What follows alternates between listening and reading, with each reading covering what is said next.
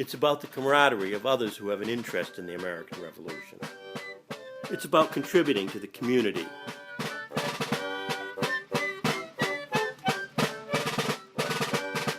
What do I like about it? Why am I a member? Maybe the common heritage that all members have. I think it's certainly something about family pride and your family history. Obviously, you had an ancestor that participated in the revolution, and this also all goes together. And if you have an interest and a like of history, it's just that much more to be done. We're them today. Those that fought in the war for American independence, we are them today. We bring this to the people, and of course, we're very encouraged by being able to do things with the young people to help them to understand what their country is about. So I believe that of the many organizations there would be to join, I believe that Sons of the American Revolution is the organization to be part of. I used to love going to the forts like Ticonderoga, Fort No. 4, Lesterfield Farm. When we used to reenact there, that was always a fun time. We're descendants of Revolutionary War veterans by an accident of birth. We didn't do anything to earn that status. So I think it's our obligation to belong to the SAR and keep that same spirit alive. I belong to the SAR because I love the history. I love learning about it from the other members, and I love the educational events we do for the kids. Well, generally speaking, whenever I go into the schools, the first thing they do is look, crane their necks and look up at me. And one boy said to me one time, "Mister, I never seen a pilgrim as big as you."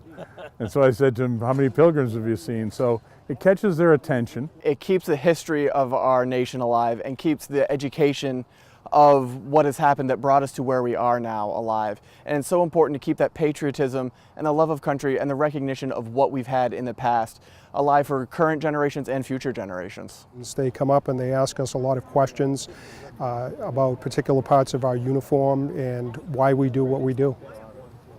By being a reenactor, you're actually taking them from the moment into the past. And so it's catching on much more. I mean, through my years, I can tell you it's never been as prominent as it is now all over the country of people wanting it.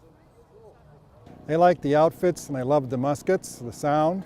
They want to see the weaponry. They want to understand what it was like to be a soldier of that time period. So they come in with a lot of great questions, and the interaction that we do with them with the materials, demonstrating the uniforms, demonstrating what the time period was like, what it was like to be a person of that time, they seem to really react well to that. I like to let them hold the musket. They're amazed at the weight.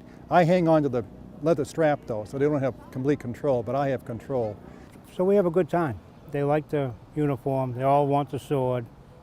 The sword that I'm carrying today is known as the Bunker Hill sword, and is a replica of one of the swords that was carried during the Bunker Hill Battle of June 17, 1775. The sword in particular always captures their attention, but I have the canteen and the bag for food and that kind of thing. They're very interested in that.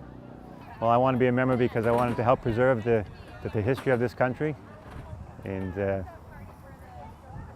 do things like this at Stark Park where we can help out to keep things built up.